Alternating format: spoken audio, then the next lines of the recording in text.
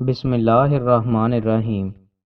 رسول اللہ صلی اللہ علیہ وآلہ وسلم نے ارشاد فرمایا، شہداء 5 قسم کے ہیں: طاعون کے مرض سے، پیٹ کے مرض سے، ڈوب جانے سے فوت ہونے والا، کسی دیوار وغیرہ کے نیچے دب کر مر جانے والا، اور اللہ کی راہ میں شہید ہو جانے والا۔ رسول اللہ صلی اللہ علیہ وآلہ وسلم نے ارشاد فرمایا، کفر کا سرچشمہ مشرق میں ہے۔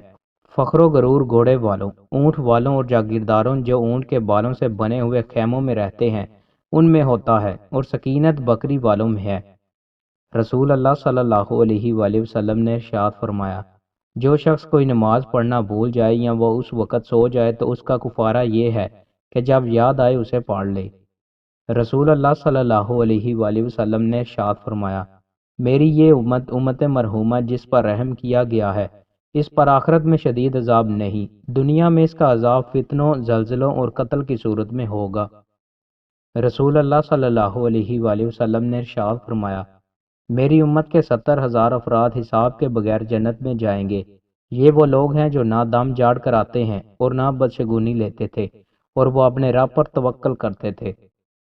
رسول اللہ صلی اللہ علیہ وآلہ وسلم نے ارشاد فرمایا، لوگوں کو دوران نماز دعا کے وقت اپنی آنکھیں آسمان کی طرف اٹھانے سے باز آ جانا چاہیے یا ان کی آنکھیں اچک لی جائیں گی۔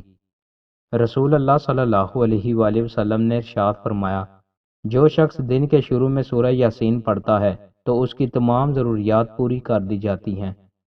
رسول اللہ صلی اللہ علیہ وآلہ وسلم نے ارشاد فرمایا، تم لوگوں میں سے اس شخص کو بہتر پاؤ گے جو اس امر حکومت و امارت کو انتہائی ناپسند کرتا ہے، یہاں تک کہ وہ اس میں مبتلا نہ ہو جائے۔